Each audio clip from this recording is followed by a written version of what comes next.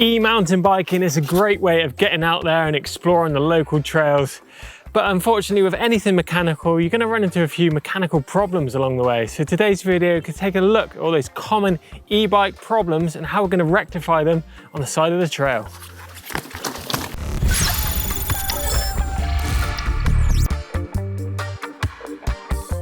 Now, probably the most common problem I've had since I've been riding e-bikes is snap chains. Usually these are caused by either bad maintenance on your chain or bad technique when you're changing gear, or you've dumped it into turbo mode and you're not in the right gear, so you crunch through your gears and bang, the chain snaps and is lying on the floor. You've got no drive. This is how we're going to fix it. So the tools you're going to need to fix a snap chain are pretty basic. Just a chain tool itself. You can get one built into a multi-tool, but I tend to favor a proper chain tool. Just get a little bit more leverage from it. And then just a quick link as well. Just these little quick links can make rejoining a snap chain a piece of cake. Really quick, really lightweight bit of kit you should have in your riding bag at all times. When I snap a chain, I always like to have a quick inspection of the chain just to see how it's actually snapped itself and how many links are damaged. Usually it's just pulled a pin out and it's simply pulled apart. But sometimes if it's jammed in the frame or it's jammed around the chain ring, it can actually twist and damage a few links, meaning that if you were to rejoin that chain, it's going to skip around and possibly jam up again. So just a real quick inspection of the chain itself is really worthwhile. So before we attempt any work on an e-bike and its drive chain, it's vitally important you turn that motor off, because if it engages when you're messing around with it, you're not even gonna have any fingers to do any work on your bike. So when it comes to replacing the chain on the e-bike, first thing you've got to do is thread the chain through the derailleur and around the cassette. Now, a lot of newer school e-bikes are gonna have a one-by system on there, so you've just got a clutch derailleur on the back. Now, Shimano have a clutch system on there which operates just by a lever, turning it on and off, and SRAM actually have a pin that you can push. You actually move the derailleur cage upwards, push the pin in with a little padlock function on there, and it will actually hold the derailleur there. Just make sure you're turning that clutch off, otherwise you're constantly going to be battling against it when it comes to rejoining the chain. So, nice little tip when it comes to mounting the chain on the front chain rings, just to push it onto the teeth itself. Just get it set in there nice and tight. Then you can literally just turn the crank to make sure that chain comes through. That way you don't have to adjust your front chain guide or anything, so chain should just come through nice and easy. And then it's just a simple case of grabbing the excess of the chain and then pulling it tight and rejoining it. Now, there's a couple of ways we're going to rejoin it. The best way to repair a snap chain is by using a quick link to rejoin it. Now, all I've done is remove the two damaged links from the chain and created two blunt ends. Now, simply, it's a case of pushing the quick link into each opposing side of the chain, making sure it's lined up. Now, most of these can be directional as well, so just make sure you're actually installing them in the right way. So there you go, they're ready to go. Direction arrows are the right way. And then it's just a simple case of pushing them together, and we just line them up, make sure we push them through. Now they're lightly held together. Now it's a simple case of just getting that link to the high point, the drive side of the chain, to click it back together. So just wind it through the mech nice and slowly and find it at the bottom. Give the cranks a good push down and you hear it engage. That means that the quick link's all ready to go. Flip your bike back over and on your way. Now, a little bodge for you: if you haven't got a quick link, you can actually rejoin the chain by pushing the original pin back into it. Now, it isn't a great way of fixing the chain, and it probably will break, especially over a period of time, so it is purely a get out of jail free card. So when it comes to rejoining a chain without a quick link, the best way to do it is to remove the damaged links from the chain, and then you have two fresh chain links ready to rejoin. So when it comes to rejoining the chain, it's best just to get a lot of slack in the system. Maybe remove it off the front chain ring, or you can even use a third hand, which is basically a little thing that hooks in each chain link and pulls the chain together, so you're not constantly battling the strength of the rear derailleur.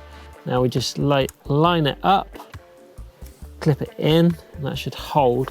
Now what we're doing is just winding that pin through to the outer plate, and when you feel the contact or the resistance get harder on the handle, it's worth just checking that the pin is nicely lined up, because if you push it through, it can actually push that plate apart. So just go gentle when you're doing this, because this can really break the whole rejoining of the chain. So just go gentle on that, and it should see it rejoined nicely. So there you go, I've just replaced that pin. Just give it a quick wiggle to make sure it's not stiff and gonna create a stiff link in the chain. If it is stiff, just apply a little bit of pressure side to side on that link, and you should see it running nice and free. And it's just a simple case winding it around, getting on your way, but you need to go super careful with this one because it's not a permanent fix.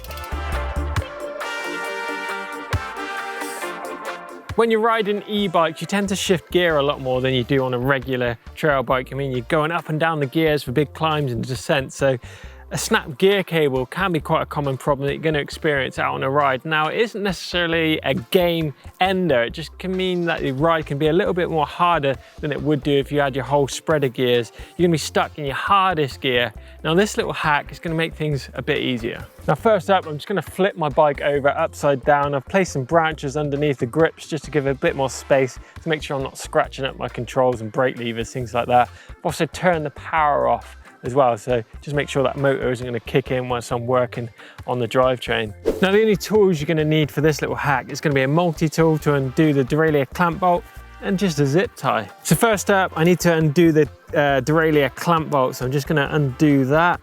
If you've got a little cable crimp on there, you just need a set of pliers, or sometimes if you give it a quick swift pull, you're going to remove that end cap. So you need to unthread the cable all the way out and out of the cable port in the shifter.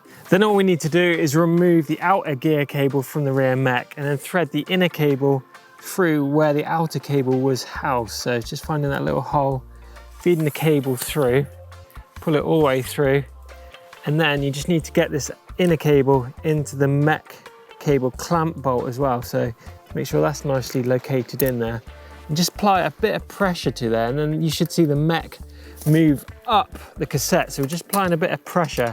What you really need to do is just pull that across till it's in kind of like a mid-ranged gear. So if you're on a 10-speed block, maybe aim for like the 5th cog on the cassette. And once it's there, what you need to do is just simply tension in that gear to make sure it isn't jumping in and out. You've got enough cable tension on there. And all you need to do is just nip that cable tension bolt up, and then the mech's going to be held in a nice gear that's going to make your ride home a lot more easier than if you're going to be stuck in that harder gear.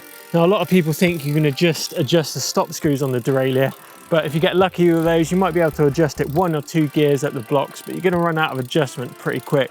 So you need to get the inner gear cable in there and get that mech nice and tight and pull the gear higher up the block. Now, as you can see with this hack, there's a lot of excess gear cable flailing around, so I just like to wrap it around my fingers, just get it somewhere where it's stored out the way. You know, you could either zip tie it to a frame, just make sure it isn't going to go in the wheel and cause further damage. So just get it nicely wrapped up, maybe combine it with zip tying the outer cable from the gear cable as well. Just get that nice and tidy to make sure it isn't going to interfere with anything whatsoever.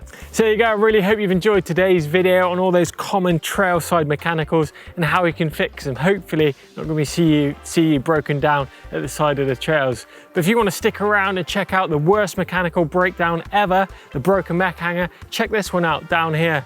Drop some comments in the box below about any trailside fixes you guys have got. Give us a thumbs up if you enjoyed it. Don't forget you can subscribe to EMBN by clicking the globe in the middle of the screen. See you in the next one.